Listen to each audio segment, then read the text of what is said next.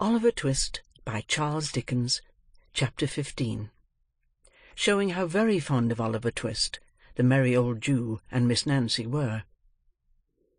In the obscure parlour of a low public house, in the filthiest part of Little Saffron Hill, a dark and gloomy den, where a flaring gaslight burnt all day in the winter time, and where no ray of sun ever shone in the summer, there sat, brooding over a little pewter measure and a small glass, strongly impregnated with the smell of liquor, a man in a velveteen coat, drab shorts, half-boots, and stockings, whom even by that dim light no experienced agent of the police would have hesitated to recognise as Mr. William Sikes.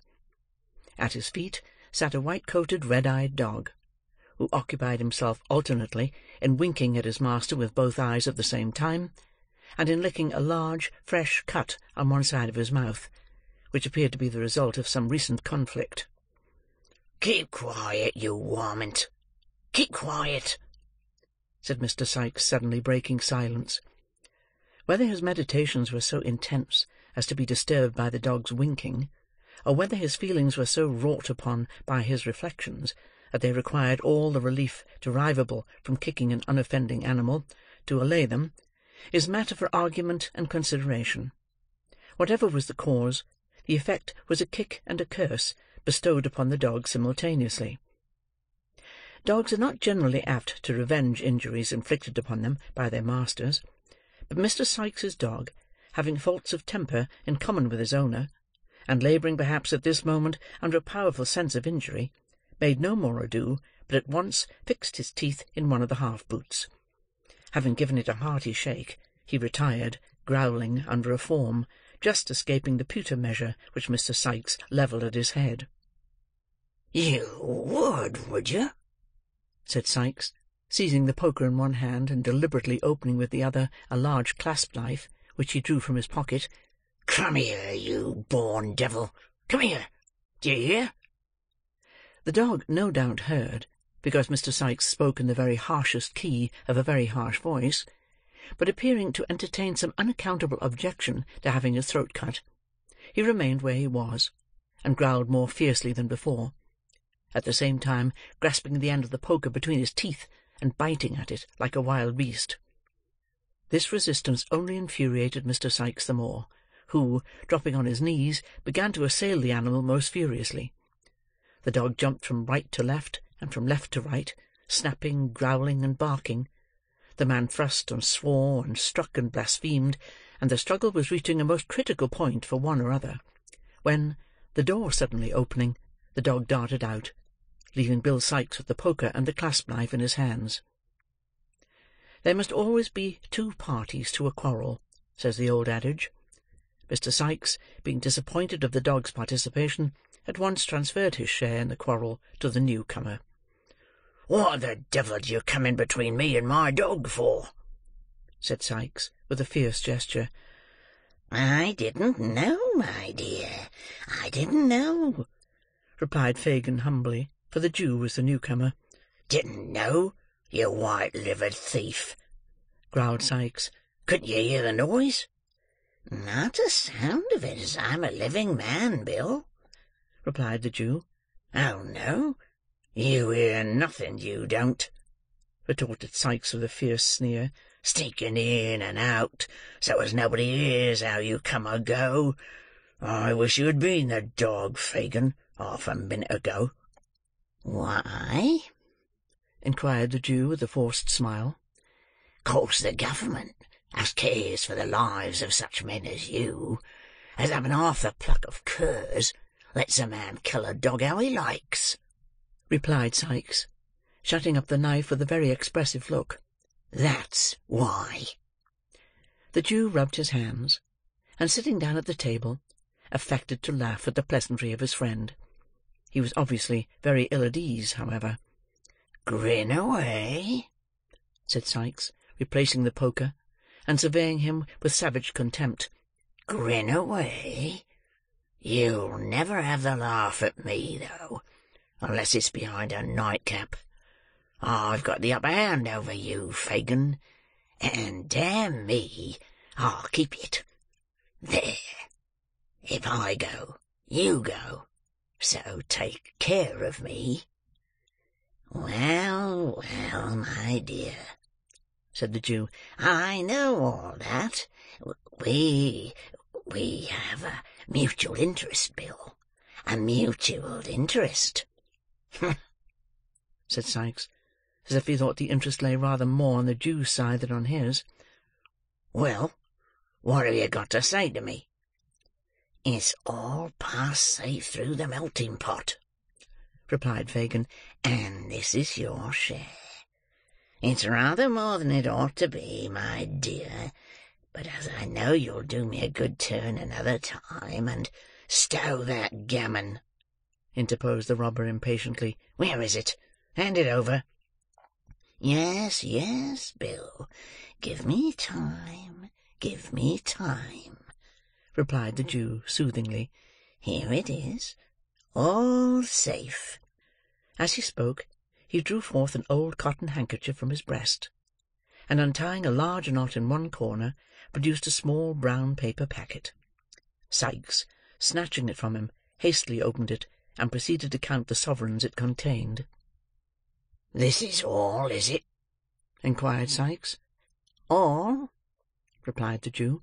"You haven't opened the parcel and swallowed one or two as you come along, have you?" inquired Sikes suspiciously. "Don't put on an injured look at that question. You've done it many a time. Jerk the tinkler." These words, in plain English, conveyed an injunction to ring the bell. It was answered by another Jew, younger than Fagin, but nearly as vile and repulsive in appearance. Bill Sikes merely pointed to the empty measure. The Jew, perfectly understanding the hint, retired to fill it, previously exchanging a remarkable look with Fagin, who raised his eyes for an instant, as if in expectation of it, and shook his head in reply; so slightly that the action would have been almost imperceptible to an observant third person. It was lost upon Sikes, who was stooping at the moment to tie the bootlace which the dog had torn. Possibly, if he had observed the brief interchange of signals, he might have thought that it boded no good to him. "Is anybody here, Barney?" inquired Fagin, speaking, now that Sikes was looking on, without raising his eyes from the ground. "Dr. Soul," replied Barney, whose words, whether they came from the heart or not, made their way through his nose. "Nobody?" inquired Fagin, in a tone of surprise, which perhaps might mean that Barney was at liberty to tell the truth. "Nobody but Miss Daisy," replied Barney. "Nancy?" exclaimed Sikes. "Where? Strike me blind if I don't honour that here girl for her native talents. She's bid avid a plate of boiled beef in the bar," replied Barney. "Send her here," said Sikes, pouring out a glass of liquor. "Send her here." Barney looked timidly at Fagin, as if for permission.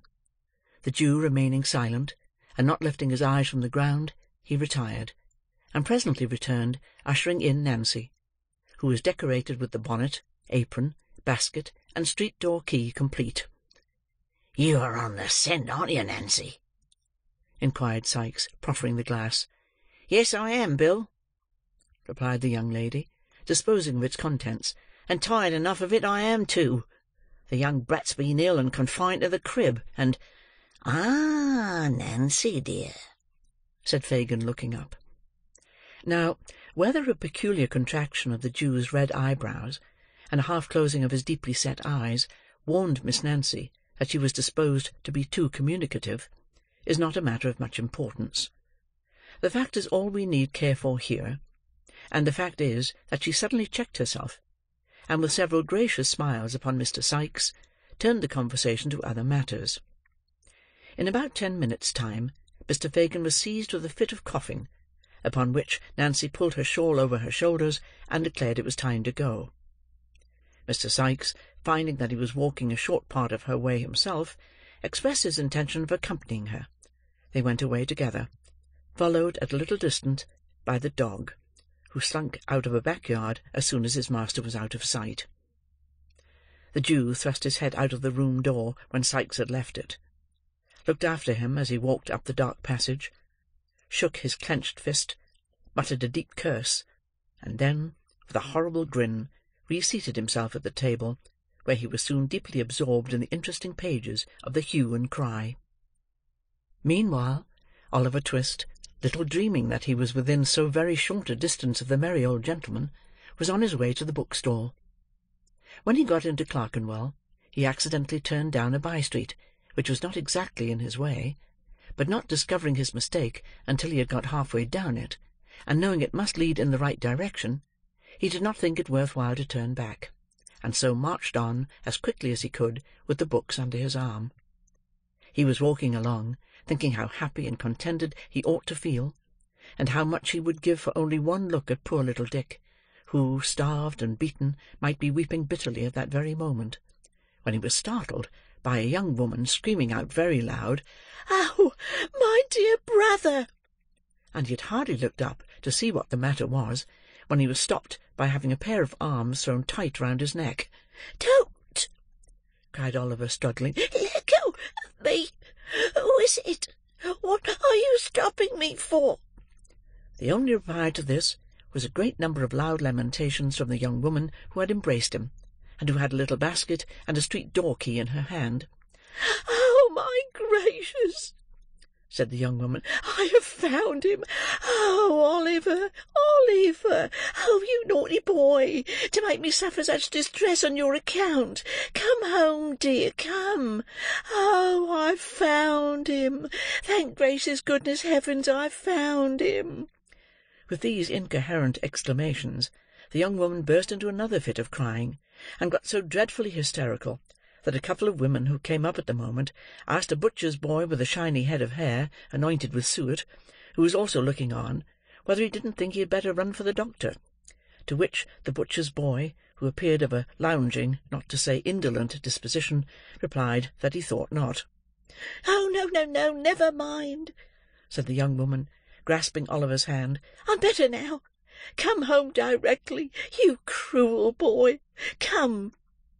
"Oh, ma'am," replied the young woman, "he ran away near a month ago from his parents, who are hard-working and respectable people, and went and joined a set of thieves and bad characters, and almost broke his mother's heart." "Young wretch," said one woman. "Go home, do you little brute," said the other. "I'm not," replied Oliver, greatly alarmed. "I don't know her. I haven't any sister or father or mother either. I'm an orphan. I live at Pentonville. Only hear him! How he braves it out!" cried the young woman. "Why, it's Nancy!" exclaimed Oliver, who now saw her face for the first time, and started back in irrepressible astonishment. "You see, he knows me!" cried Nancy, appealing to the bystanders. "He can't help himself. Oh, make him come home, there's good people, or he'll kill his dear mother and father and break my heart." "What the devil's this?" said a man, bursting out of a beer-shop, with a white dog at his heels. "Young Oliver, come home to your poor mother, you young dog. Come home directly." I don't belong to them. I don't know them. Help! Help!" cried Oliver, struggling in the man's powerful grasp. "Help!" repeated the man. "Yes, I'll help you, you young rascal. What books are these? You've been a-stealing 'em, haven't you? Give 'em here." With these words, the man tore the volumes from his grasp, and struck him on the head. "That's right," cried a looker-on from a garret window. "That's the only way of bringing him to his senses." "To be sure," cried a sleepy-faced carpenter, casting an approving look at the garret window. "It'll do him good," said the two women. "And he shall have it too," rejoined the man, administering another blow, and seizing Oliver by the collar. "Come on, you young villain. Here, Bull's-eye, mind him, boy, mind him." Weak with recent illness, stupefied by the blows and the suddenness of the attack, terrified by the fierce growling of the dog and the brutality of the man, overpowered by the conviction of the bystanders that he really was the hardened little wretch he was described to be, what could one poor child do? Darkness had set in. It was a low neighbourhood. No help was near. Resistance was useless. In another moment he was dragged into a labyrinth of dark, narrow courts, and was forced along them at a pace which rendered the few cries he dared to give utterance to, unintelligible. It was of little moment, indeed, whether they were intelligible or no, for there was nobody to care for them, had they been ever so plain. The gas lamps were lighted. Mrs. Bedwin was waiting anxiously at the open door. The servant had run up the street 20 times to see if there were any traces of Oliver, and still the two old gentlemen sat, perseveringly, in the dark parlour, with the watch between them. Chapter 15